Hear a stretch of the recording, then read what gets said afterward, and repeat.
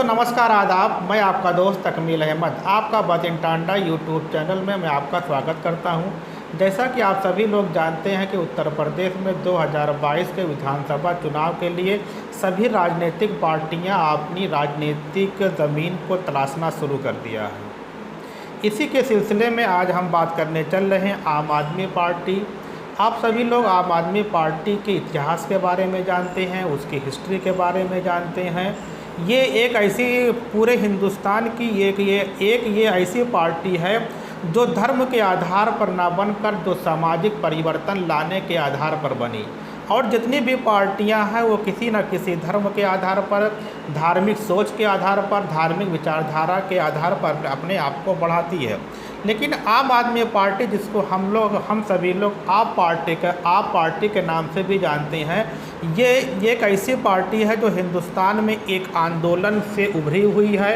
तो जब आंदोलन लगातार ये अन्ना आंदोलन के बाद से ये अपने वजूद में आती है, फिर वहाँ दिल्ली में सरकार बनाती है, सरकार पूरे तरीके से बहुमत की नहीं बनती है, फिर वहाँ से वो इस्तीफ़ा देते हैं, फिर पूरे तरीके से बहुमत की सरकार बनाते हैं और 5 साल वहाँ पे अपना शासन करते हैं, फिर जीत कर आते हैं। तो लगातार इतने कम समय में दोबारा किसी राज्य में सरकार बना लेना एक हिंदुस्तान जैसे जो बहुभाषीय प्रदेश होता कि देश है, यहाँ बना लेना आसान बात नहीं है। क्योंकि इसकी विचारधारा क्या है, भ्रष्टाचार के खिलाफ है, इसकी विचारधारा है शिक्षा को बेहतर करने के लिए, इनकी विचारधारा किसानों की आमदनी को दुगनी करने के लिए, इनकी विचारधारा है कि बुनकरों की बिजली को माफ़ करने के लिए, किसानों की बिजली के बारे में सोचते हैं।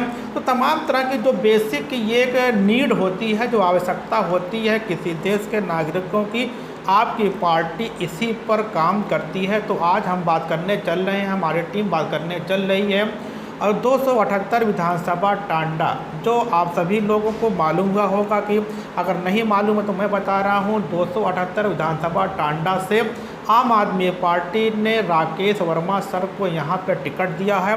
हम उनसे बात करने चल रहे हैं। तो सर, सबसे पहले आपकी हमारी टीम में आपका स्वागत करती है। सर, मैं बजिन टांडा चैनल को अपने अंबेडकर नगर जनता की तरफ से और अपने टांडा विधानसभा की जनता की तरफ से बहुत बहुत आपका हार्दिक स्वागत अभिनंदन करता हूं। जी तो सर, ये आपकी पहली, अभी उत्तर प्रदेश में आम आदमी एक पहली ऐसी पार्टी बनी है जो अपने कैंडिडेट का ऐलान कर चुकी है। तो आप फील्ड में जा रहे हैं, तो फील्ड में का फीडबैक क्या है सर? जी, सबसे पहले जैसे आपने सवाल पूछा मैं वैसे ही दे रहा हूँ। देखिए, और पार्टियों में क्या है, वो घमासान मचा हुआ है। वहाँ किसको टिकट दें किसको ना दें, ये भी उनको तय करने में बड़ा समय लगेगा। और इसमें तो कभी कभी 15 दिन पहले, 1 महीने पहले टिकट घोषित होता है, तो उसमें हार्ट अटैक तक की नौबत आ जाती है कैंडिडेट की। क्योंकि कैंडिडेट भी अगर चुनाव लड़ेगा तो कुछ अपने तैयारी से लड़ेगा, अपनी ज़मीन बनाएगा। तो ये सब चल रहा है। हमारी पार्टी इस चीज़ को बखूबी समझती है। और अगर वो 6 महीने पहले उसने घोषित कर दिया, तो ऐसा केजरीवाल जी ने, ऐसा संजय सिंह ने कहा था कि हम अपने कैंडिडेट का जो टिकट है वो 6 महीने पहले हम घोषित कर देंगे, ताकि वो जनता के बीच जाए। और फिर हमारे लिए तो ये भी है कि अगर ये टिकट पहले नहीं घोषित होगा, हमें जनता के बीच जाना होगा, अपनी पार्टी की विचारधारा को बताना होगा। तो इसलिए पार्टी ने किया, बहुत अच्छा किया, हम तो इसका तहे दिल से शुक्रिया अदा करते हैं। और दूसरी बात आपने पूछा, आप फील्ड में जा रहे हैं, वहाँ क्या रिस्पांस है, ये शायद आपने पूछा है। जी, फील्ड में जा रहे हैं। फील्ड सर, आपको बताऊं, जनता एकदम हिंदू मुस्लिम जाति धर्म की राजनीति से एकदम त्रस्त आ चुकी है। जनता भी एकदम परिवर्तन के मूड में है। जनता बिजली से त्रस्त आ चुकी है, महंगाई से, बेरोजगारी से, और ये जितने भी ये घोटाले हैं, इन सब से एकदम त्रस्त आ चुकी है। जनता भी एकदम परिवर्तन के मूड में है। और आपको बताऊं, जो देहात में, गांव में मैं जा रहा हूं, शहर में तो एक बार मैंने चुनाव लड़ा था, शहर में मैंने प्रचार किया था बहुत। अब गांव में मैं जा रहा हूं। पार्टी ने हमारे सदस्यता अभियान रखा था 8 जुलाई से 8 अगस्त तक। तो फिर उसके बाद 15 दिन एक्सटेंशन कर दिया। तो मैंने उसमें बहुत मेहनत किया और मैंने 25,121 सदस्य बनाए, जिसमें हम तो रहते ही थे, हमारे और भी कार्यकर्ता थे जो गांव-गांव जाकर पानी में भीग कर गर्मी की परवाह किए बिना सदस्य बनाते थे, लोगों से बहस करते थे, लोगों को समझाते थे। उसका बहुत अच्छा रिस्पांस मिला। मैंने 25,121 सदस्य बनाए और पार्टी ने मेरा, तो मुझे जो सूचना मिली 15 दिन पहले ही मेरा रिज़र्व कर लिया था कि इनको टिकट देना ही देना है। तो सर, आपकी पार्टी और आप कौन से मुद्दे को बेहतर तरीके से उठाएंगे? जी, क्योंकि लगातार उत्तर प्रदेश में राजनीति का जो परिदृश्य है पूरे तरीके से बदला हुआ है। जी। अब विकास के नाम पे वोट नहीं मिलता है, समाजवाद के नाम पे वोट नहीं मिलता, सेकुलर के नाम पे बहुत पार्टियों को वोट नहीं मिलता है। जी। अब यहाँ पे पूरे तरीके से कम्युनल राजनीति हो रही है। जी, तो जी। आप विकास के मुद्दे को जनता को कैसे समझाएंगे? जी, बहुत अच्छा सवाल आपने पूछा। जनता तो इन जो जाति धर्म हिंदू मुस्लिम के मुद्दे हैं एकदम त्रस्त आ चुकी है। और रही बात जो समाजवाद की है, जो बसपा की जो पार्टी थी उसकी भी जो विचारधारा थी, इन लोगों ने एक जाति धर्म को अपना वोट बैंक समझा और उनके साथ भी बहुत समझिए गद्दारी किया। उनके हकों को जो मिलना चाहिए था वो नहीं दिया। जनता भी एकदम परिवर्तन चाहती है। जनता कह रही हम इनसे एकदम ऊब चुके हैं। जैसे बिजली का मुद्दा आप देख लीजिए, बिजली का यहाँ पर तो मैं करीब 72 गांव में तो मैं खुद जा चुका हूँ सदस्यता अभियान और प्रचार के दौरान। वहाँ जनता एकदम त्रस्त आ चुकी है। बिजली यहाँ सबसे महंगी है। दुकान वाले बताते हैं जो कमर्शियल रेट है वो कमर्शियल रेट 10 रुपये, 12 रुपये, 13 रुपये तक है। और जो विद्युतीकरण, राजीव गांधी विद्युतीकरण योजना के नाम पर लोगों के घरों पर वो मीटर लगा था, ये कह के कि ये फ्री में हम दे रहे हैं, उसको अब 5-5, 6-6 साल बाद उनकी बिल इतनी बेरहमी से वसूली जा रही है। उनके घरों के कनेक्शन काट दिए जा रहे हैं।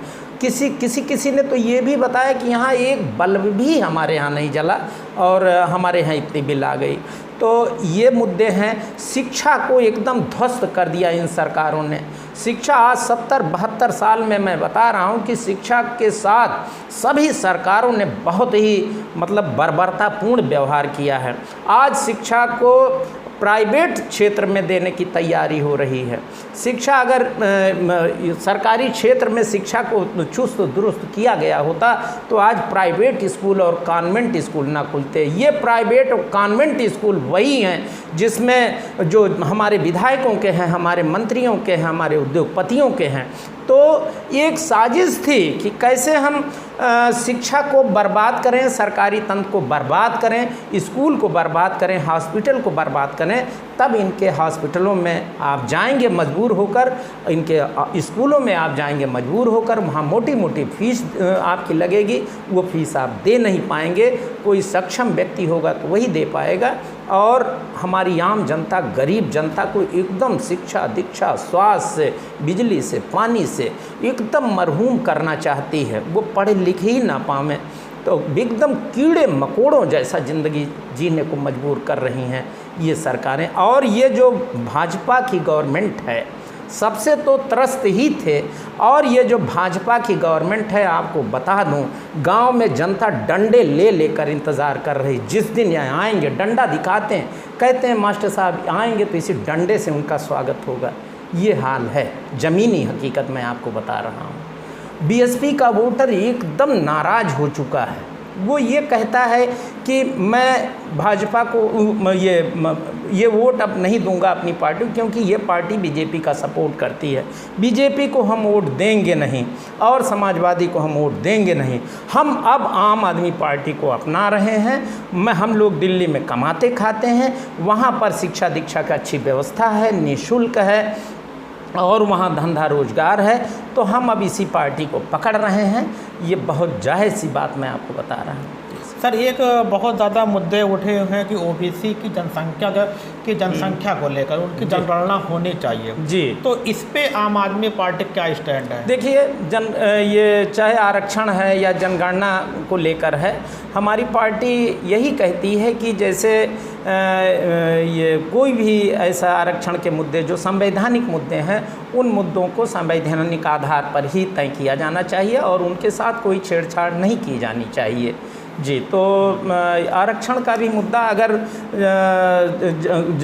कोढ़ी कलंदर की गिनती हो सकती है और गाय भैंस की गिनती हो सकती है, तो जनगणना अगर ओबीसी इसकी हो रही है तो जायज़ सी बात है, होनी चाहिए, इसमें दिक्कत क्या है।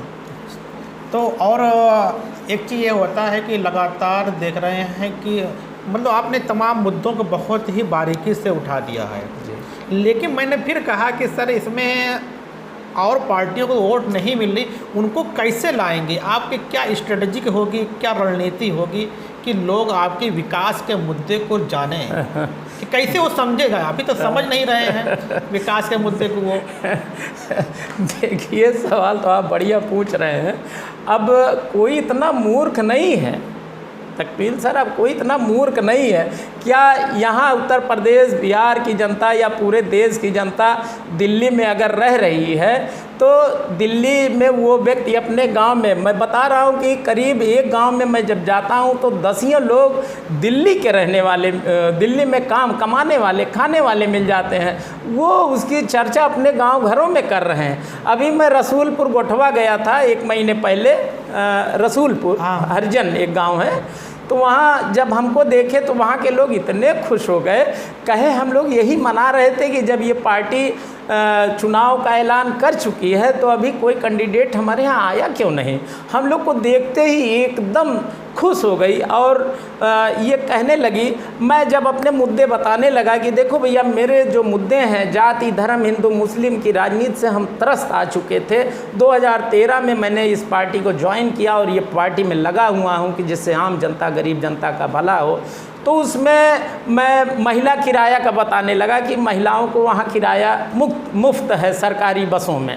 तो एक महिला कहने लगी कि वो मुफ्त यात्रा ऐसे उनका एक लाल टिकट बनता है। सही बताऊं, मुझे ये नहीं पता था कि उनका लाल टिकट होता है कि सफ़ेद टिकट। उन्होंने खुद बताया, कहीं मेरे पापा दिल्ली में रहते हैं और मैंने देखा है, बसों में सफ़र किया है, बहुत महिलाएं गांव-गांव में मिली, सारी मुद्दे बताने लगे, बिजली की बात बताने लगे। 2-2, 3-3 घर अगर आपके दिल्ली में बने हैं तो सब में 200 यूनिट तक बिजली फ्री है। और इसका मतलब कि लोग अब मतलब कि उत्तर प्रदेश की जनता भी विकास के मुद्दे को जानती है, आम आदमी पार्टी को, और बहुत मतलब परेशानी की बात नहीं है। बेशक जानती है। अब लोग एकदम अपने बच्चों की शिक्षा दीक्षा के प्रति, अपने स्वास्थ्य के प्रति, ये सब अपने धंधे रोजगार के प्रति, नौकरी के प्रति, ये सब एकदम जागरूक हो रहे हैं।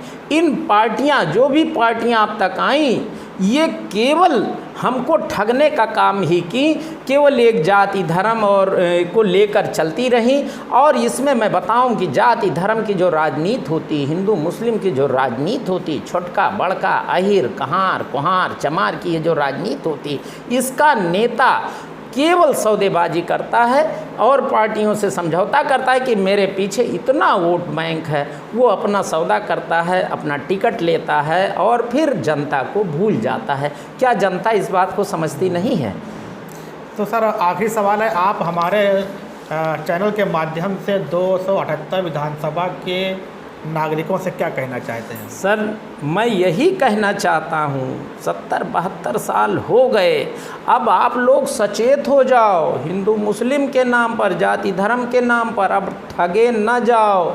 आपको 300 यूनिट बिजली फ्री देने का हमारी सरकार ने वादा कर दिया है, बिजली बिल माफ़ करने का वादा कर दिया है, बकाया बिल अगर आपका है तो माफ़ हो जाएगा।